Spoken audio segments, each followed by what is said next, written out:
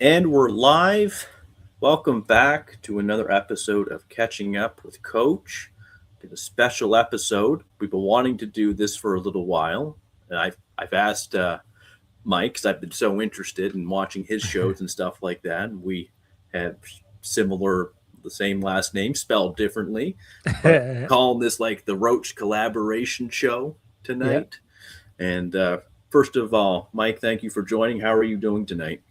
No problem, man. I'm doing great, Tim. Thanks for having me, man. Absolutely. What did you think of Game 6 tonight in Cleveland? Pistons and Cavs. What were your Well, thoughts? well, listen, I love it. I love it. There's nothing better than seeing a game seven, which is, I'm sure we're both going to be looking forward to. But when I see the results of this game, it makes me think, did Cleveland just blow it for themselves in this entire thing? I mean, you have a great opportunity here in game six, being at home and closing this thing out.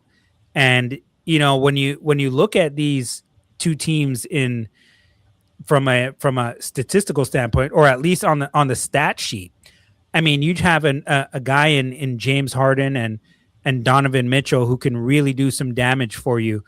And from just an individual standpoint, they really have the ability to carve you up. You know what I mean? Like a pick your poison kind of thing. And so I don't know, man. Like overall, to me, it looks like Cleveland has more talent from an individual perspective, but from a team perspective, when you look at the Pistons, they're just in unison when it comes to their defense. They're aggressive, they're physical, bruisers, strong. And it really helps to have a guy like Duncan Robinson back in your lineup after missing the last game because he did some timely things out there. I mean, this is shaping up to be a really, really nice game seven to see who goes up against the New York Knicks here. These playoffs have been fantastic for the NBA. Mm-hmm. You've seen lots of Game 6s, Game 7s. That's probably where they make a lot of their revenue. Like the people really capturing the moment. We have these big, massive games. It's a little Yeah. different when you're watching a sweep, that kind of thing. Mm-hmm. But man, just when you think Detroit is out, they're down and out. Oh yeah. Man, that they sit up like they're the Undertaker in the ring. Man, Undertaker sits up, and here's here's the Pistons. Yeah, man. I mean, listen, if it's kind of funny when you look at the Pistons, right? Because sorry, not the Pistons, Cleveland, because I feel like wherever Cleveland loses, the off season is going to be the same narrative wherever it is. Like if you lose in the first round to the Raptors, now having that 3-2 lead, if you end up losing to Detroit, even if you go up against New York in the conference finals, having the highest payroll in the league, whether you lose in the first round, second round, or third round, you're still going to have to make changes and probably drastic changes to your roster because the East is not going to get any easier come next season. It's really not. And so now you're going to have to do something drastic. If you have the highest payroll in basketball and you cannot get to a conference finals, you have a problem. You have a big problem. Exactly. And so, what exactly Cleveland is going to do here, I don't know, but they're going to do something. Yes. Yeah, I know there's been rumors about are they going to ship Mobley out? Are they going to put him in the Giannis sweepstakes and just Right. really try to double down on, again, being the most expensive team in basketball? Because I do see an argument for that. I mean, if you're already in, why not go for Giannis? Right. But if if they lose this series, I think you're right. There's probably going to be some changes in Cleveland next year. And if you're Donovan Mitchell, is this more of what you want? Being out in the second round each year or first round? I mean, this team's built for, or they have championship expectations, and they should Hmm. with that roster. Yeah. Yeah. 100%. And listen, I hear you. If you're Donovan Mitchell, you have to look at it from this standpoint. Like, how long am I going to be here doing this year after year after year, right? And we've seen some of the success he had in Utah. Now you come over to Cleveland, and it's kind of the same thing. And I mean, at this point, if you're already the most expensive roster, I mean, you might as well try to go for a Tenacumpo. You get a Tenacumpo with Donovan Mitchell and James Harden. I mean, now you're talking here. You know what I mean? If these guys are healthy and that's the roster you have, you might as well keep adding on top of that and just go all in with everything that you have to try to win this thing. If you can get a Tenakumpo. Yeah. Well, the thing is, they'll have shooters around too. You got Struess, you got Sam Yes. Merrill. Mm-hmm. Obviously, Harden and Mitchell can shoot. And I think if they ever did pick up a Giannis, they'll add more shooters. Because Yeah. I do wonder a little bit though how they would make that work with him and Jared Allen. That might have to be another switch because Giannis and Brook Lopez is the blueprint. I always Mm-hmm. feel Mm-hmm. you got a guy like Giannis, you need a stretch big. Yes. And so don't be surprised if they get rid of Allen too. I You think it know. could be there, but this has turned out to be a fantastic series, and Yeah. you know, I'm assuming Game 7 will be Sunday. Yeah. They said it's going to be Sunday at either 5 o'clock or 8 o'clock. They don't know yet. Sunday in Motown. Ooh, that'd be a big Yeah. game, big game. Yeah. So I want to ask you. We'll stay on this topic here of the playoffs. The Raptors. Mm-hmm. Raptors put up a good fight against Cleveland. Like you said earlier, the most expensive team in the league right now is Cleveland. The Raptors, hard fought battle without two starters, was just called for the most of the series. Yeah. What were your general thoughts on the series with the Raptors and the Cavs? Was there something that stood out to you that you didn't expect? Was there a player or two that really maybe they upped their game more so than they did during the season? Or was there something that disappointed you? You know what? I'll say this: Scotty Barnes stepped up, and he's becoming the player that I have envisioned him to be, right? Because that's the biggest thing with Scotty Barnes. And I talk about Scotty Barnes on my show all the time, right? Right. And we talk about his defense, and I often talk about him needing to be better on offense. And by needing to be better, I'm not talking about needing to be better in regards to his skill or his talent or anything like that. I'm just talking about him being more aggressive, right? Because he has the skill set. And so I want to see him be more aggressive because I know he's capable of doing it. And so when you get into the playoffs now, and now you're on display in front of everyone, when he is aggressive, he's on. We see what he can do. Like this wasn't a surprise to me, which is why I keep talking about it all the time. I know that when Scotty Barnes goes to the basket, nobody's going to be able to stop him when he's aggressive. I already know that, which is why I keep saying he needs to do it because they can't stop him. You can't stop him because if I'm looking at Brandon Ingram in the playoffs, who was struggling, RJ Barrett, who can score and get buckets for you, but isn't necessarily efficient, right, all the time. Who else would I want to go to besides Scotty Barnes? Like, seriously, who else would I rather go to? He's going to go to the basket. He's going to get to the free throw line. He's going to be efficient. I mean, that's the package, the full package of what I need here, right? And so Scotty Barnes stepped up and just made it official that, yes, the what I envisioned him to do in a playoff series, he's capable of doing. So that has been confirmed, and I'm not surprised by that, but I'm still happy to see it, right? Colin Murray Boyle stepped up big. He was huge. And this is one of the reasons why you want to push to see your guys in the playoffs, right? Because it confirms things, whether good or bad, right? Like you now completely understand in the playoffs, I can rely on this guy, that guy, that guy, that guy, and that guy. Mm-hmm. The rest are just up for grabs. Do what you like with them. But 1, 2, 3, 4, 5, I can use these guys. We can go forward with these guys, right? Like Scotty Barnes, is a dog. And he's going to be there. Jamal Shed is a dog. You're going to go forward with him. Jacoby Walter's a dog. You're going to go forward with him. Those are your young guys. I like RJ Barrett. You don't know what's going to happen with his contract. He may not even be here next season, for all we know, with RJ Barrett, because it's not just a basketball thing. It's a contractual thing at the same point. It's obviously there's money involved here.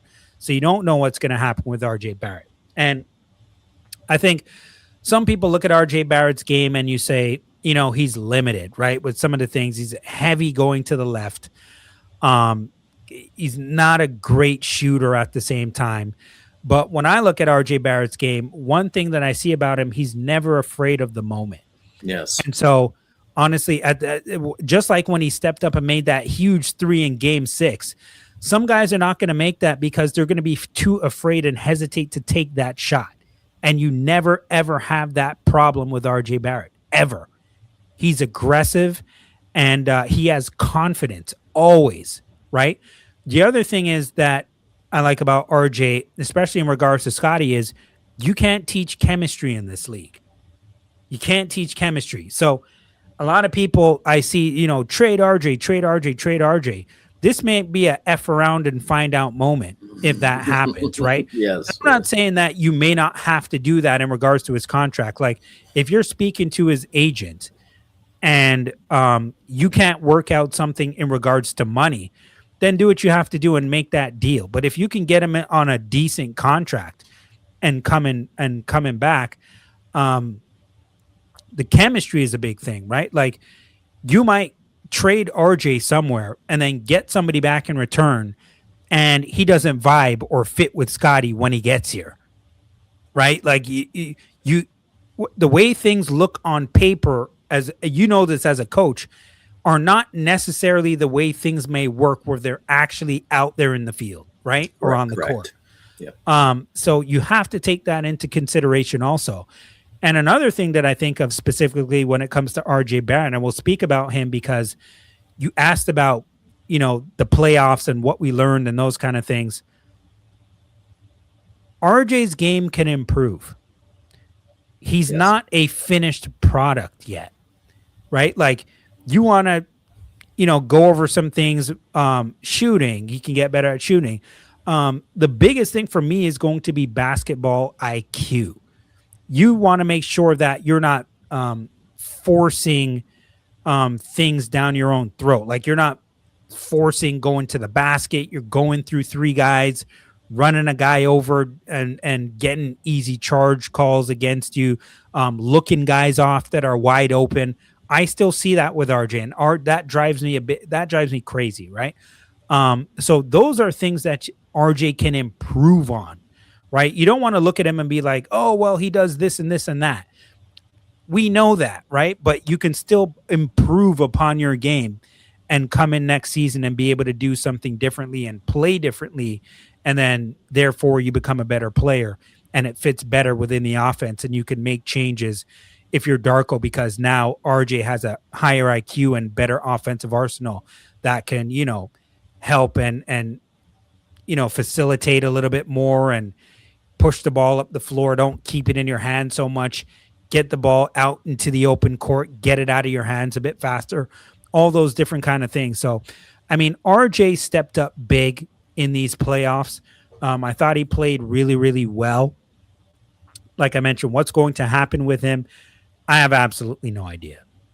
Yeah. I really don't. But I know he played pretty well during the playoffs. I'll say that. So him, Scotty, Jamal Shed, and Jacoby Walter, your young guys.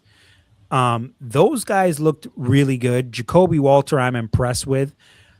He was a nice 3-and-D piece. And you're just looking for him over the offseason to continue improving his game. The one thing that I do want to see that's going to be able to help him on both ends of the floor is making sure that he gets in the weight room. He has to get in the weight room. He has to make sure that he's eating well. He's putting on the right weight, right? There's a big difference when you play basketball, you coach it. I mean, my coach used to tell me, because I was much smaller, right, when I was in high school and playing basketball, and guys used to say, "Oh man, you're too small. You're too small." I used to tell my coach, I was like, "I know, man. I need to get bigger." And my coach used to always tell me, he said, "Mike, you don't need to get bigger. You need to get stronger." There's a difference, right? Yes. It's not necessarily getting bigger and just putting on a whole bunch of weight. No, you need to get physically stronger compared to getting physically bigger, right? And that's what Jacoby needs to do. He gets physically stronger. He can get that 3-point shot up easier. He can defend multiple positions, whether it be at the 1, whether it be at the 2, even sometimes getting to guard the 3 if necessary at times. And he doesn't have to do necessarily like an amazing job guarding somebody at the three, but if there's a situation where he gets switched onto a player at the three spot, can you at least hold your own for a few possessions, right?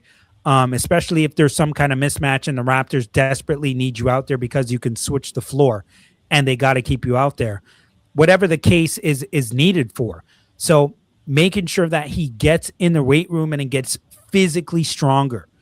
That's going to be a big thing for Jacoby Walter as well. Basketball IQ, making sure that you can stay in front of your man. All of those things matter. And Jamal Shed, same thing. Get physically stronger. You always got to get physically stronger. Always got to get physically stronger. Jamal Shed he's got to work on his shooting. Even though I thought he did a pretty decent job shooting from 3-point range in the playoffs. We all know he's not a great 3-point shooter and he has to improve that. But with that being the case, I think he did a pretty decent job. He hit a few games where he hit multiple threes in those games. From a defensive standpoint, we know what he can do, and he had some really good defensive possessions during the playoffs, right? And so, yeah, I mean, Jamal Shed, Jacoby Walter. We talked about Barrett, Barnes, Colin Murray Boyles. The only guy I was a little bit disappointed with, to be completely honest with you, we know about Brandon Ingram, and he has his struggles already. And yeah, we know he ended up being injured and being in a walking boot. But Jakob Pertl, I mean, you obviously want more from him. But the guy that I was actually most disappointed in, to be completely honest with you, was Sandro Mamukelashvili. He was one for me too. Yeah. Yeah. Like he's been that guy during the season that you can always depend on, right? Like throughout the entire 82 game series, like Sandro is that dude that you can depend on in these games. And when the playoffs came, it's just like, where was he? Like we just didn't see him at all. Now, I wouldn't, if the series happened again, I would bet my money that he would play a bit better, right?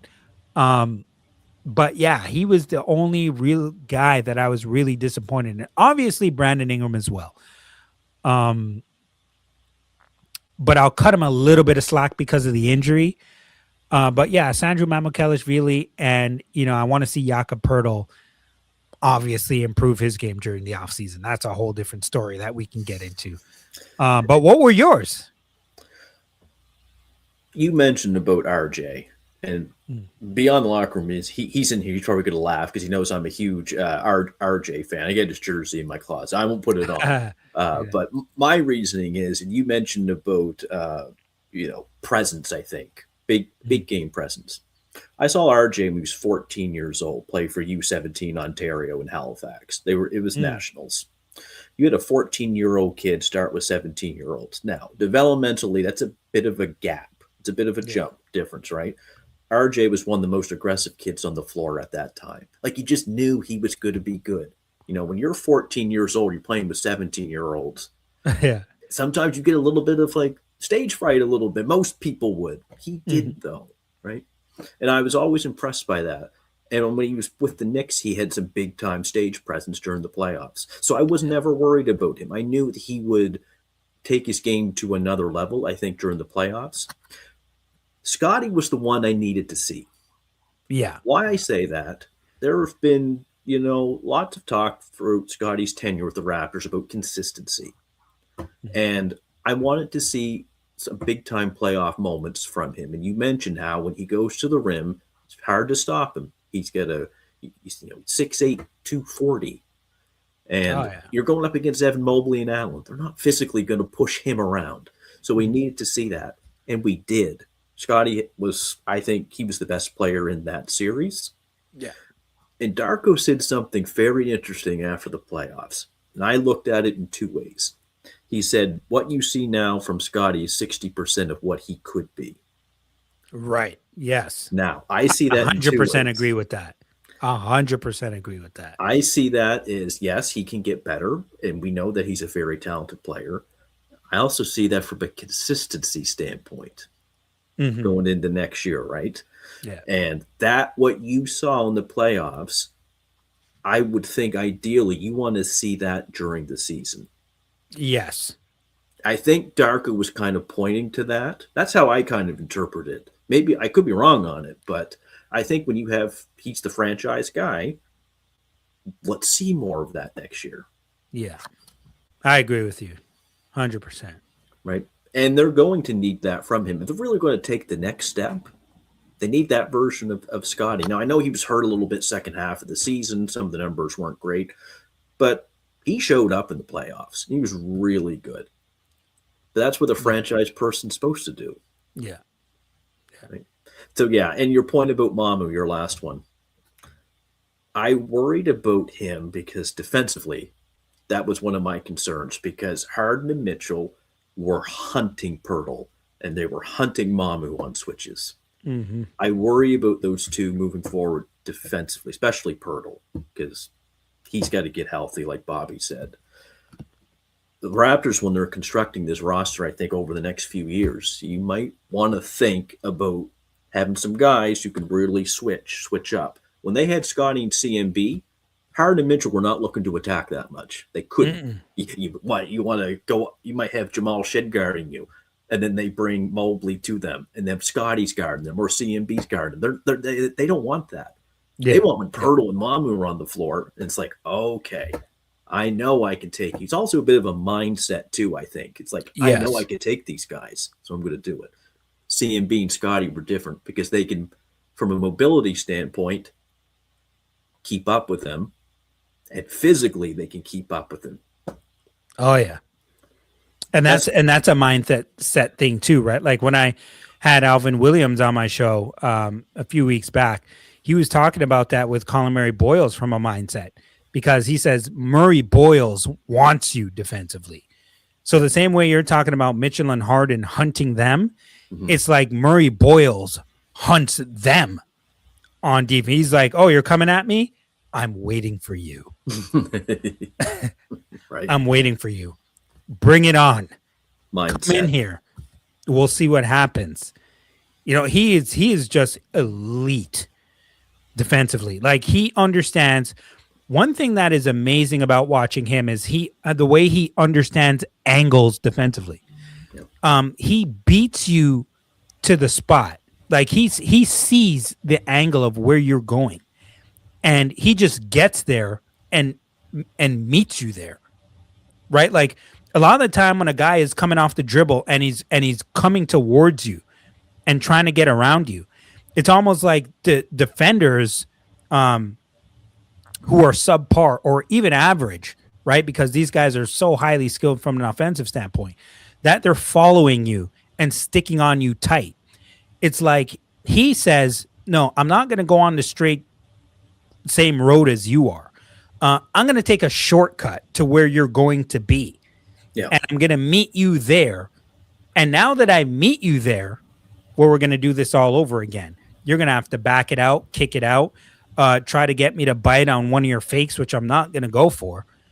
And so now you're just going to be stuck, and you're going to have to set this thing up again." So he's from a defensive standpoint. I mean, Colin Murray Boyles is just superior with his IQ. absolutely. And I watched him some at South Carolina last year, and he had all those kind of intangibles. I wasn't sold on the pick at the time because I was trying to make sense of, okay, you already have Scotty. He could have gotten bigger. I think he needs to get bigger, or you could have used maybe a big time wing or guard at the time. So I didn't quite Yeah. understand it from that perspective, just offensively. But I knew defensively. I remember I was on the show. I said, he's going to be the second best defensive player on the team, probably by the All Star break, because he Yeah. really understands angles. He moves his feet well. He's already very physical. Um, and Yeah. th- he was a bit of a revelation in the playoffs because he was pretty good for them throughout the year. Don't get me wrong, but he took his game up to another level. So I know now, and you mentioned earlier, but you're starting to figure out who are the big time players, who are the guys who are going to step up in these big games because you're going to have to know that moving forward. And now we do. We have an idea, Yes. which is good. Mhm. I want to ask you just one more question around this. What were your thoughts on Darko in the playoffs? I thought he was great. I thought he was great. I'm a huge fan of Darko. I really like Darko. I think the Raptors made the right decision when they hired Darko Rajakovic. I've one thing that I've realized that with Darko that wasn't the same before he got here is the vibe is always on 100 with these guys. They support each other. You don't see a bunch of arguing and bickering and guys. Like the vibe is off between them. Everybody seems to get along with each other, support each other. And what I like about Darko is when the playoffs came, I saw Darko make adjustments that we don't usually see. Like I Yes. wanted to do just small things. Like when Brandon Ingram was struggling, he put him on the bench, which I liked. Jakob Pertl struggling, put him on the bench. Put in Colin Murray Boyles, put in Shed, put in Jacoby Walter in those late minutes. With Scotty Barnes, played him over 40 minutes. I want to see these guys play big. When you win, you do it. When you got to win a game, you have to do what you have to do. And so if you got to play Scotty 40 minutes, 41 minutes, do whatever you have to do. I like the defense, the pressure, sending double teams, setting a shadow defense to go after Harden and Mitchell at the top of the key, which I thought was worked pretty well for them. And just overall, I even saw at times he had Barrett out there guarding Mobley and stuff. Like he was just trying a bunch of different things that I thought were really good, and that worked. And and one thing that I liked about is he had his coaching staff do a really, really good job in challenging calls to get overturned.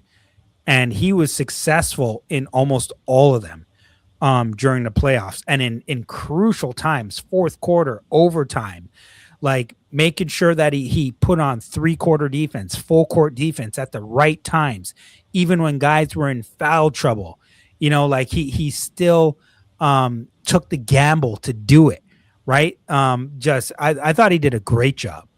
Yeah. And one thing about him, he's always looking to improve, try different things. I think he hid some stuff that we didn't see until the playoffs, which I liked as well. I thought he did a great job. Yeah. I thought he did a pretty good job too in the playoffs. There's nothing that stood out to me. I'm like, how could he have done that? Like, what a dumb decision putting this person in, or a stupid challenge here and there. Sometimes throughout the season, there's been a few questionable challenges, like in the first quarter. I'm like, why are you challenging this in the first quarter? Or challenging a foul on someone who doesn't shoot free throws very well. I'm like, just leave it. They're probably going to miss him anyway. Yeah. But I noticed in the playoffs though that I think Darko took his own coaching game up a notch. It's almost like he needed that for his own coaching development. As I know he's been coaching for over 20 years and stuff like that, but I think there's a difference when you're an assistant or a developmental coach, and then when you're a head coach, you have to think about so many more things. You're managing people on the floor. You're trying to think about all the little things that take place, managing the clock. And that's an important point too, right? Mm-hmm. Like, because it's like you mentioned, just like these other guys are in this position for the first time, Darko as a head coach is also in this position for the first time. Yeah. Like he's never been in the playoffs as a head coach.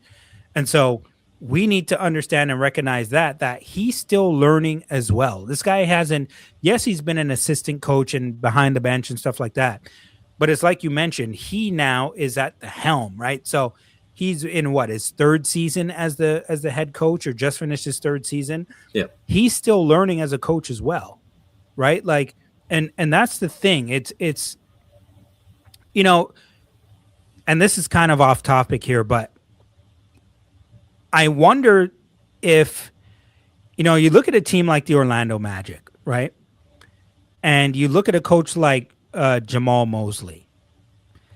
And sometimes, I wonder, and I understand that they didn't do as well as they wanted to do in the regular season, obviously. And they got pounded by the Raptors by over 50 in that game. I thought they might have actually fired him at that point. And then they get into the play-in, And then they go up 3-1 against Detroit. And now you're thinking, yo, like, wow, these guys might get to the second round here. What are you kidding me? And then I'm thinking, wow, it looks like maybe Mosley might keep his job here. Like this is an incredible turnaround what I'm seeing here.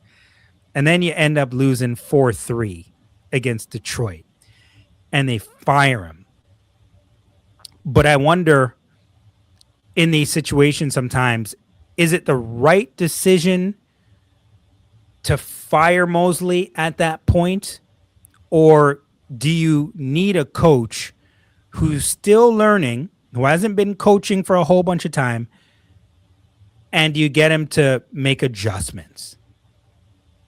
Because depending on who you hire, I don't know how things are going to work out here, obviously.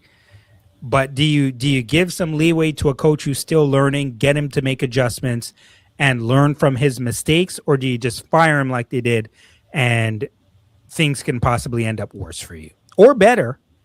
But I don't know. What are your thoughts on that? Well, it's a good question because that job now might be going to Tom Thibodeau. Yeah.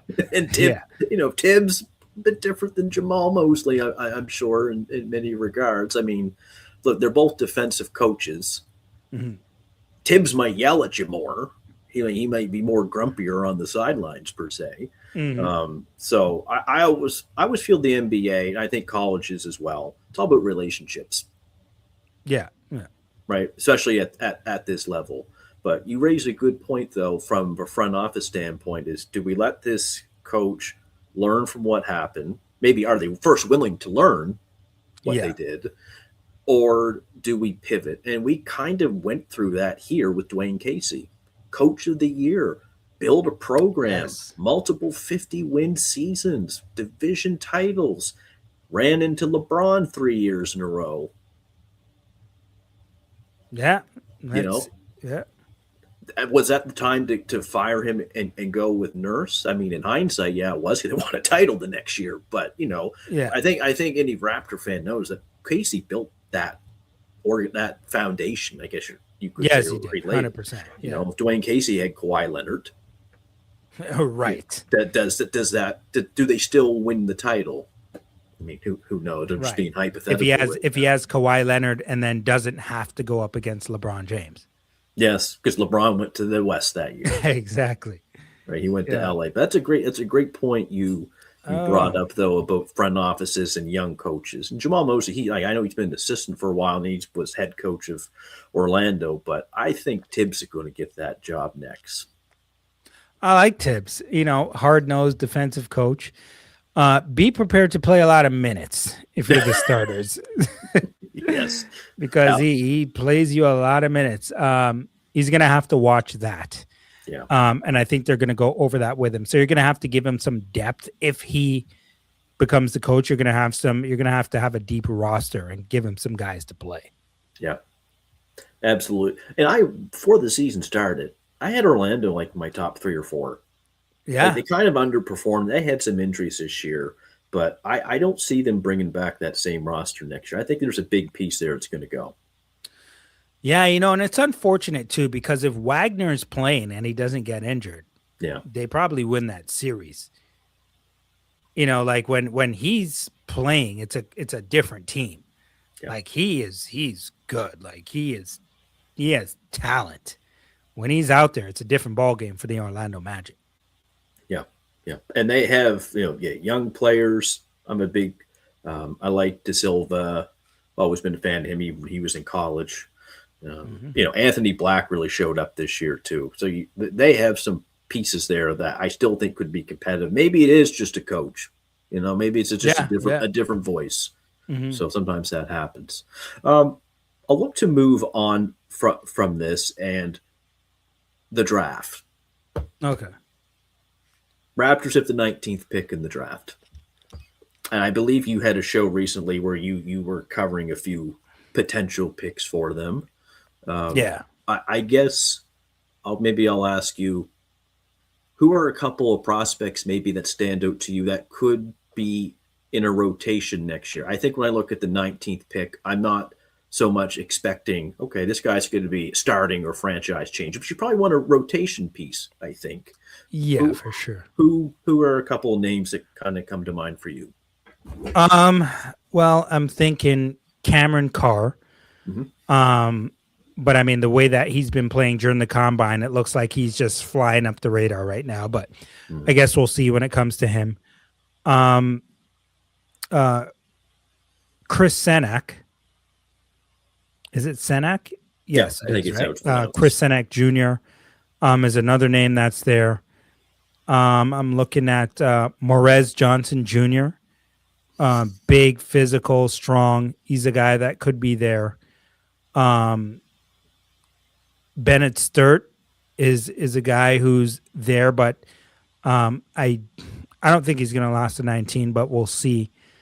There's Dalen Swain is another guy that I think could be possible. Um, there's a few guys, man. Like there's a lot of guys here that Ibuka Okori is another guy that highly skilled, a lot of talent. I mean, there's so many guys. Quaintance is another guy. Steinbach's another guy. Like there's a lot of guys right now at 19 where I think the Raptors can get somebody pretty decent here. Like they're talking about this as a super deep draft. I don't know if it's a super deep draft, but I know at least it is when it comes to the first round. Yes. Um, you're going to be able to get some good picks in the second round as well. It is a pretty good draft, but the Raptors, they have option. You know, Alan Graves is another name. There's names. There's names. What about you? Is there anybody who stands out for you? I'll just ask you maybe this side question before I answer them. Maybe I should have reframed the question this way. What do you think are the priorities of the draft? Like, is it more size or athleticism or shooting, defense? What would you like? What would you, if you were in Bobby's shoes, prioritize for what you're looking for? I would say probably a center that is strong, physical, and that can defend, Mm-hmm. and also somebody who can shoot the ball and create off the dribble. Because Bobby, when he was in his postseason press conference, he was talking about the Raptors having a top 5 defense, but not a top 10 offense. Right? They're not a good offensive team, Mm-hmm. and so he was talking about typically one of the teams or the teams that are the best in the league are teams that have a top 10 defense and offense, Yes. right? So, how do you keep your defense strong and not get it to slip too much going after offensive guys while improving your offense? You got to have a balance. Even if it slips from top 5 to top 10, that is fine as long as you can improve your offense and get it around a top 10 as well, right? So I don't know from what perspective they're going to look at this thing. I don't know if they are going to look at young players and free agents to try to improve their offense, or if they're going to look at it in the draft, or if they're going to look to a big or backup big to improve their defense at that 5 spot. I don't know what way or what angle they're going to come at it from that perspective. So I'm not 100% sure here, but a big, strong 5, and shooting, and somebody can create off the dribble. I think that's what they're going to be looking at. Where they get it from, I don't know. Yeah. I'm just going to read a comment here from Beyond the Locker Room. Need a Okay. center, 3-level scorer like Cameron Carr, and then a point guard. I think it's kind of the similar what you've been kind of Yeah, saying a little yeah, bit as well. Um, I basically can agree with that. I find Bobby said in this presser, well, we're looking for two-way players. yeah, Now, executives say that because it's the right thing to say, in my opinion. My If I was up there, I'm saying I want the best talent available. Here's why. Do I pass on Donovan Mitchell at 19, knowing that he's probably not going to be a great defensive player? yeah. Right. right? Exactly. Good I'm not point. going to pass on someone who might give me 25 to 30 a game because their defense might be below average, Good point. right? So that was what I was thinking. When I know it's the right thing to say. I just find it a little cheeky. I'm like, go for the best talent. Go for a swing. Now that's just me a little bit. If there's a guy at 19 that you see, you know what, he could be in a rotation next year, or maybe there's a little bit more than a rotation piece down the line for this player. I think the Raptors should try to go with that person. You mentioned Morez Johnson. I've been tweeting probably for a good month now how much this guy can play. And Oh when I yeah. watched the playoffs and I saw Pirtle and Mamu and Harden and Mitchell trying to attack those guys, I just look at him. I'm like, can he play with CMB on the line? Because I know that he can, or Sky. Right. And I'm like, I want switchable, physical guys.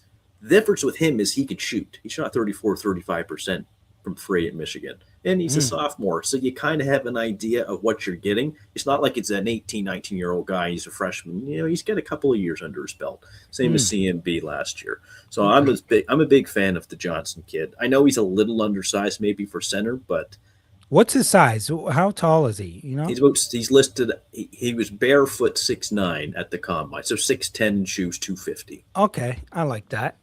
250. Yeah, he's strong. 6'10" at 250. Um, that's around like Jalen Duran size. Yeah, he's probably around that. My high school coach used to say, it's hard to move the big body. And I Yeah. thought I thought of CMB. I'm like, he was referring to like Charles Barkley and some of those guys. And he's Yeah. right. You get a big body in there. It is hard to move. That's for Like sure. I'm sure Jalen Duran might be a little bit heavier than that. Because he just when you look at Duran, like Duran just looks like an apartment building with legs. Like Yes. he's just massive, right? Yeah. And so like you don't need your center necessarily to be 7 feet or 7'1". I think Jalen Duran is listed at 6'10" as well, right? Yeah, that's a man build. Hey, I'm telling you, the guy is a car with legs. I mean, it's just absolutely ridiculous. And like you need guys like that with physical brute strength. Now you want them to be skilled at the same time, right? And you're hoping, like you mentioned, a guy that can stretch the floor because I talked about this. I did a show talking about Jakob Pertl. Did I do it yesterday? I think. And the way the game has evolved, right, over time, you want to be able to have a guy that can stretch the floor from three, whether he's a big bruiser or not.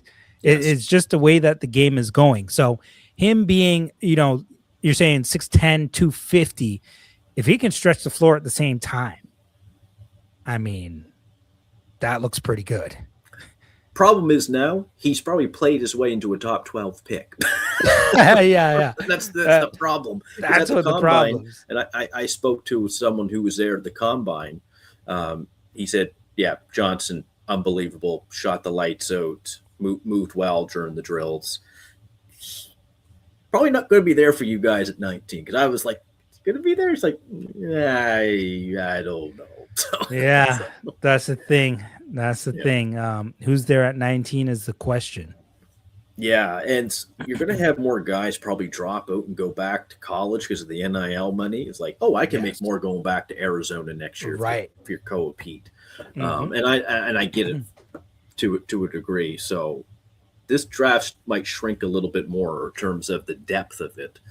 So hopefully, I hope some guys kind of stay in. So that way you have more options, like decent options at 19.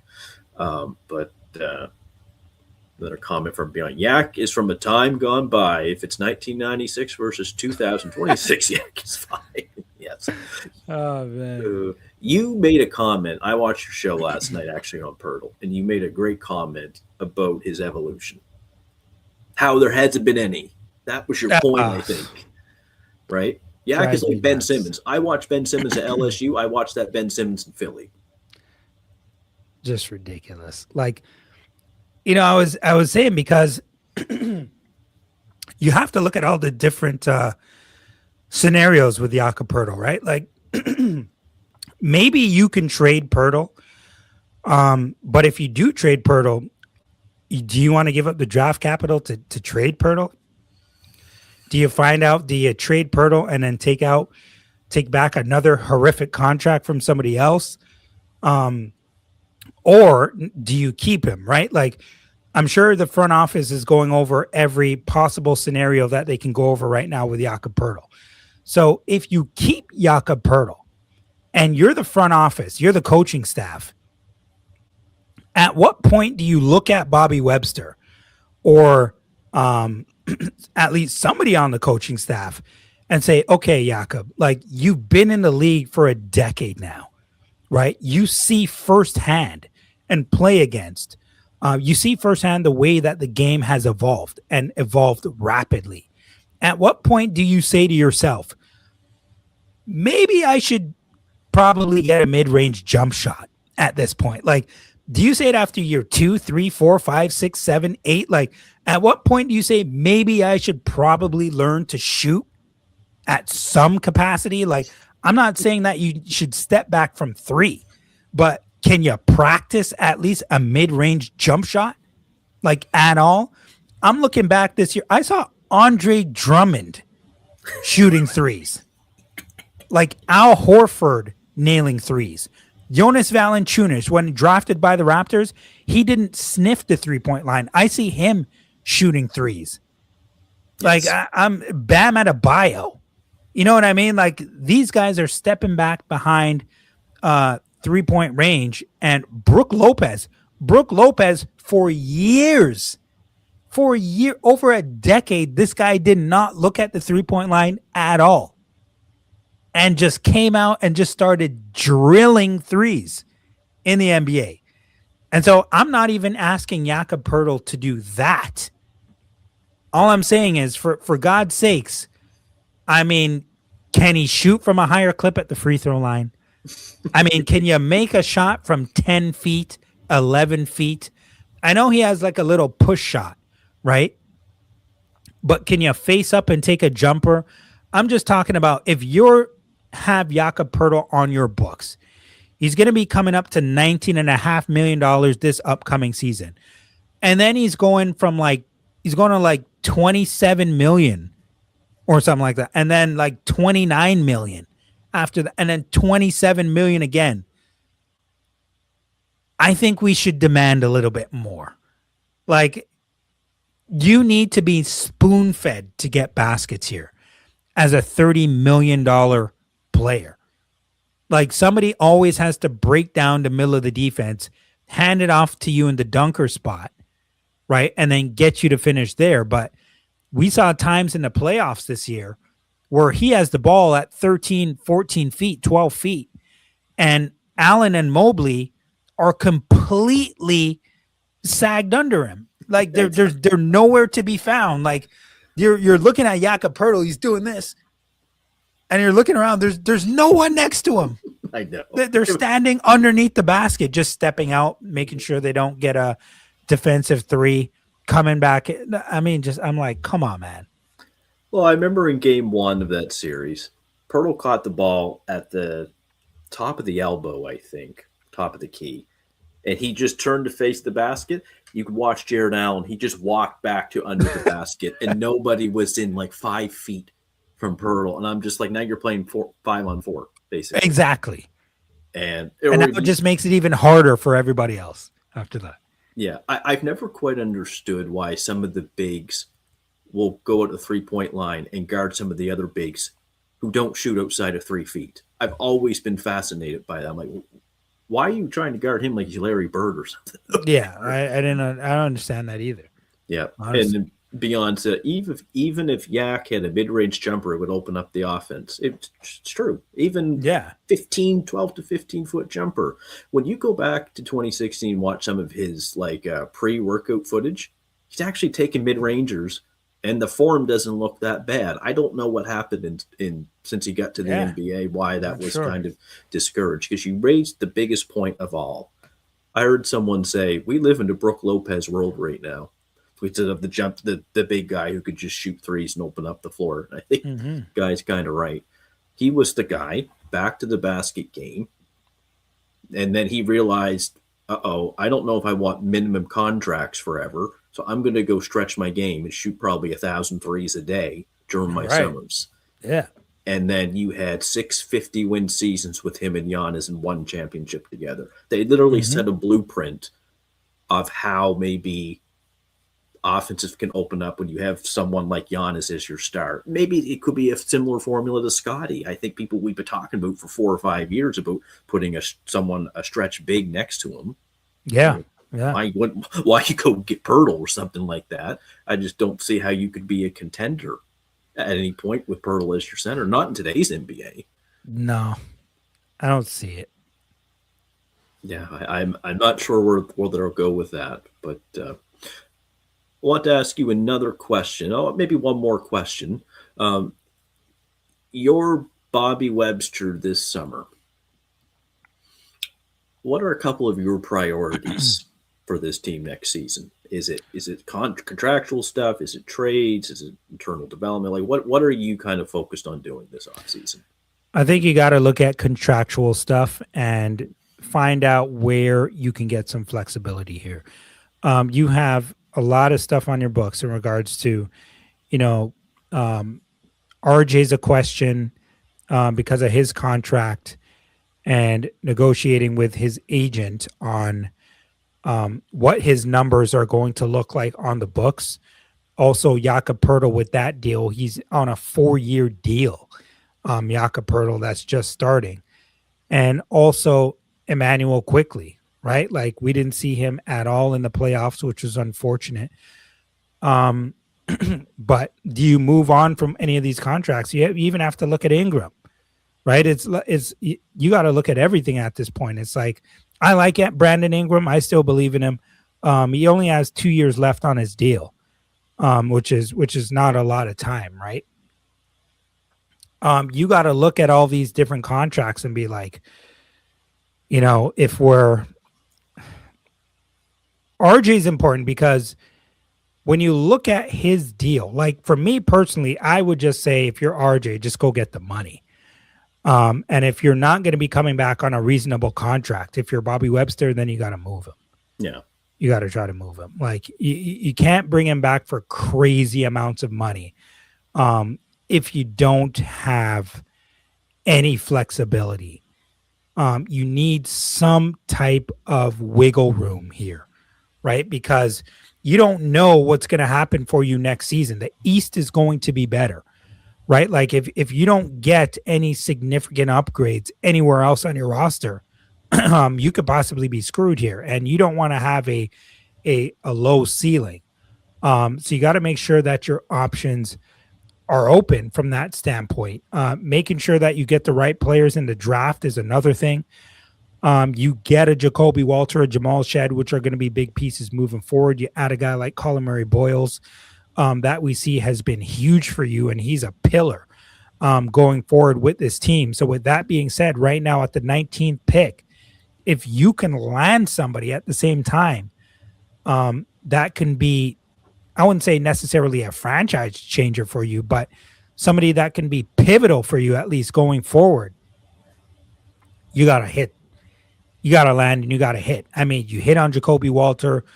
You hit on Jamal Shed in the second round. You got to hit on these picks.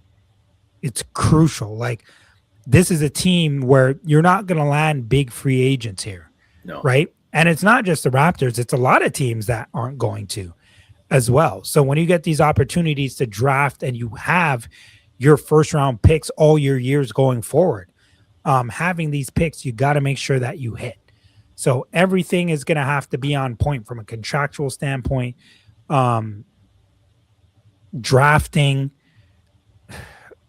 it's going to be tough, but there are ways to definitely improve this team if you're Bobby Webster. Yeah, making the playoffs this year, being a top 5 team, naturally expectations are going to go up. You don't take a step back after what you just did this year. Yeah. And the issue too, like you just mentioned, they're kind of in cap hell right now. You're almost in that first luxury tax, and you're going to have the RJ Barrett question come up. I want to bring RJ back. Two reasons. One, what I saw in the playoffs and how he reps Toronto. Yeah. And I think from a PR standpoint too, like it's also good business for them to have a kid from Mississauga, being one of your core players moving forward. I think that's big. The Ingram question is going to get interesting because even from, I know it's just Twitter, but fans, I had a couple message me. Maybe I'll ask you this question actually. Okay. Take Ingram off this team this year. Does this team win 40 games? I don't think so. I don't think so either. I made a comment about maybe they win 35 or something like that. I didn't mean to be so much in a negative sense, but Ingram played pretty well for them this year. He was an all-star. He played really well. He bailed them out a lot of games. Yeah, with his scoring, he really did. Yeah, Raptors have a lot of this. Bobby Webster's job this summer is not going to be easy if he's going to try to improve this team. Mm-hmm. The Pirtle question again is a big one. I can't see you getting off his contract with at least one pick going out, unprotected too. You probably can't even put protections on it. Yeah, that's tough. That's really, really tough. Like, oof. I mean, Bobby, he messed up here. I don't know what he's going to have to do to figure this thing out. Maybe you just have to eat it and just keep him, at least for a year or two. Weird Al made the song "Eat It" there when he was spoofing Michael Jackson's beat. You might have to eat this one, Yeah, exactly. Like you said. William Lou, when Bobby had his presser, he kind of pushed him a little bit about the Jakob extension. Bobby wanted no part of it. He's like, Yak's got to get healthy. That was it. Obviously, he's got to get healthy. I'm like, yeah, you probably want him to be healthy to make that contract to look respectable. That press conference with Bobby Webster was just completely useless. Yes. It was completely useless. Like, you didn't learn anything, danced around everything, which is typical. He's pretty much a master at that at this point. But he shouldn't even have press conferences anymore because they're just completely useless. You don't learn anything new. He just regurgitates the same stuff over and over and over again, which is completely fine. I mean, to a certain degree, I guess he kind of has to do that. But you learn absolutely nothing. So I don't even know what the point of having those press conferences are. Just a useless press conference. Yes. We'll take a couple of questions here of people before, I won't take up too much more of Mike's time here. Get a question from Beyond the Locker Room. What's Mike's thought of the use of Grady? Oh, that's tough. I like Grady, but the guy can't defend. And, I don't know. It's like, do you give up on a guy like Grady Dick already?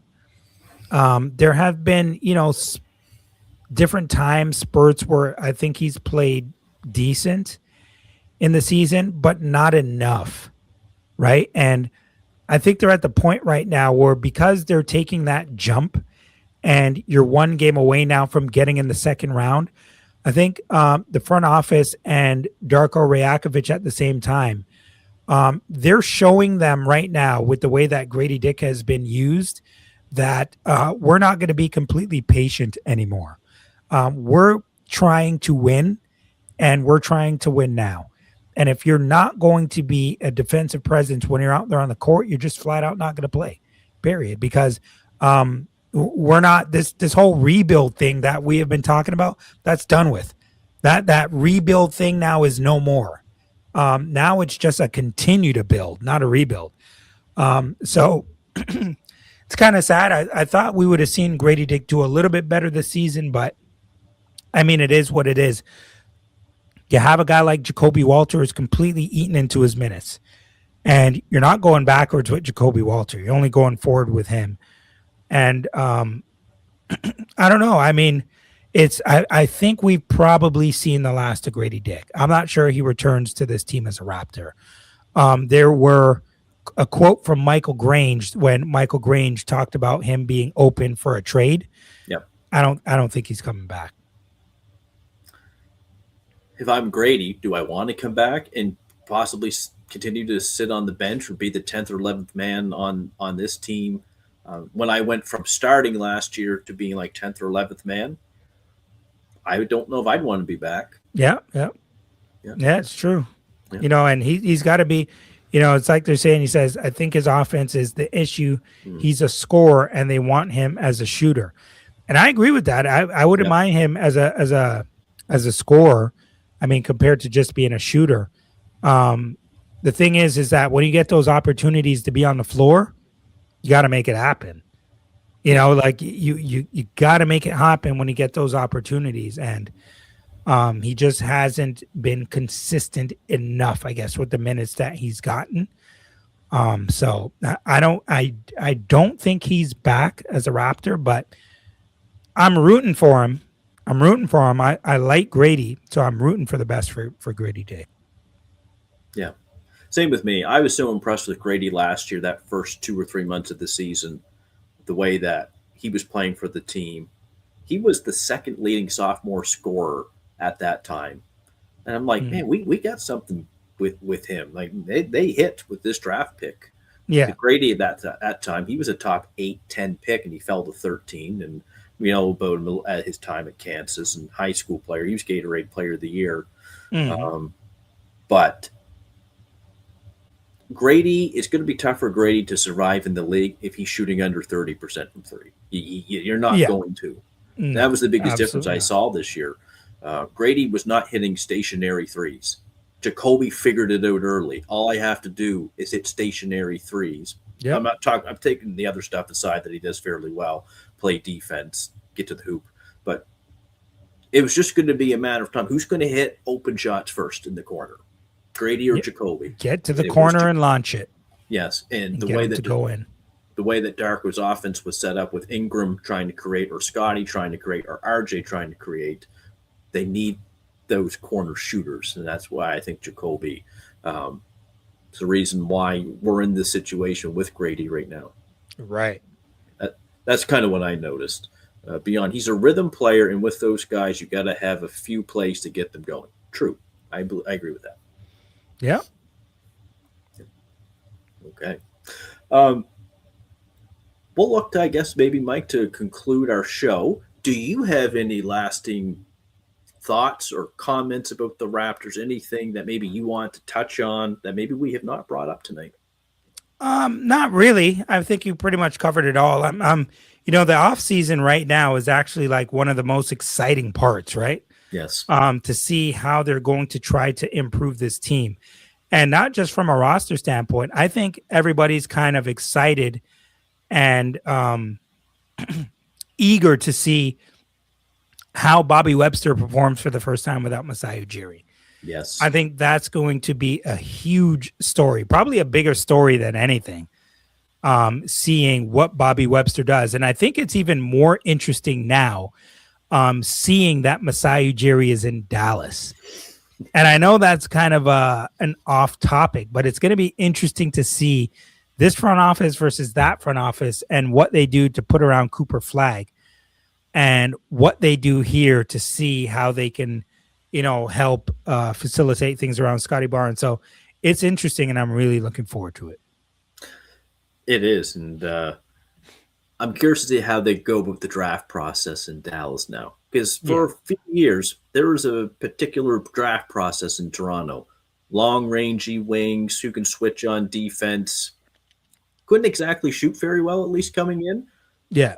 I don't think that's the formula in Dallas. You got your guy in Flag. You got Lively already to center. You might want to just find the right big talent pieces around them. So I'm curious to see if Masai's going to put in that philosophy there as well. And what Bobby's going to do here. I'm assuming CMB was his pick, as Masai, I think, was already out the door. What is he going to do now in surrounding Scotty and Ingram and CMB, RJ, like at 19? Pick 19 can be a little different as pick 4 or 5 when you're just like, okay, that guy's the 4th best player in this draft. 19's a bit of a subjective pick. Who you might like at Yeah. 19, someone else might like at 25. Right. Exactly. Exactly. So Beyond is also a Dallas Mavericks fan. He goes back to the Dallas in the '90s and stuff like that. So my boy Coop going to be playing center. Basically, he's saying under Masai, you might be playing center like Scotty did. Yeah, that's funny. Anyways, Mike, I really appreciate you coming on. Thank you so much for your time, Absolutely. your knowledge of the Raptors and how you've covered them. People, go make sure you watch his podcast. Mike, where can people find you? You're just on YouTube, basically, or where else can they find Yeah, you? you can find me on YouTube at the Mike Roach Show. You can find me on Instagram at Mike Roach 7. You can find me on X at Mike Roach 23. Awesome. Appreciate you. Thank you for having me. I really appreciate that, Tim. Thank you so much. Please take care, everyone. Thank you. I noticed we had some people and some guests in the comments. I really appreciate that. Thank you for Mike's time. Everyone, have a good night. Enjoy the playoffs. They're really good. And we'll see you down the road. Thank you, everyone.